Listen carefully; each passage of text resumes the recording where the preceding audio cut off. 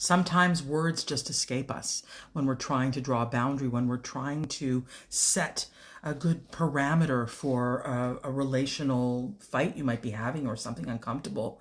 And you blank out, you freeze, you're not able to. And so I wanted to give you some examples of things you might say, like almost like a script that you might say when you're trying to draw a boundary and when you're trying to say, hey, stop it, but you don't want to inflame the situation.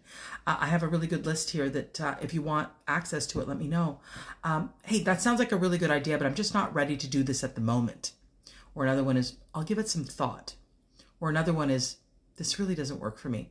I would prefer, and then, let them know what you'd prefer. A really good one is to create time for yourself is, I need time to consider what you're asking me to do. I'll get back to you tomorrow on that, or some other time frame that would be appropriate.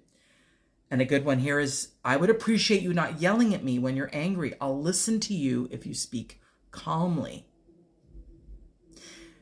Another one is, when you speak to me like that, I feel belittled, judged, and criticized. And just remember, nobody can argue with your feelings.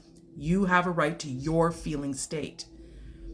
So if you're feeling something, you need to tell them what you're feeling, but don't say, you make me feel that. But you say, when you speak to me like that, I feel these things.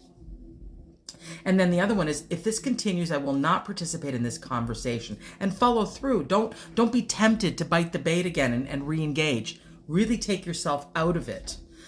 The other one is, please communicate with me calmly and honestly when we disagree. I will not participate in violent communication. I know that sounds wordy, but if you slow down your words, take everybody out of red zone is what the goal is. Red zone is when everyone is reactive. And when you're reacting, you are not in choice. You are simply in automatic survival mode. And this engages the prefrontal cortex and brings you into choice. Another great one is, I need more time. I'm not ready yet. So if you want this list, on my website, visualizationworks.com, there's free resources and you can just download the PDF. There's all kinds of information there. Drop me a line if you want this emailed to you as well. All right, take care. Work on your boundary communication and don't become discouraged. Don't become discouraged. This is very important, especially as the holidays come up and family and triggers. This stuff is important.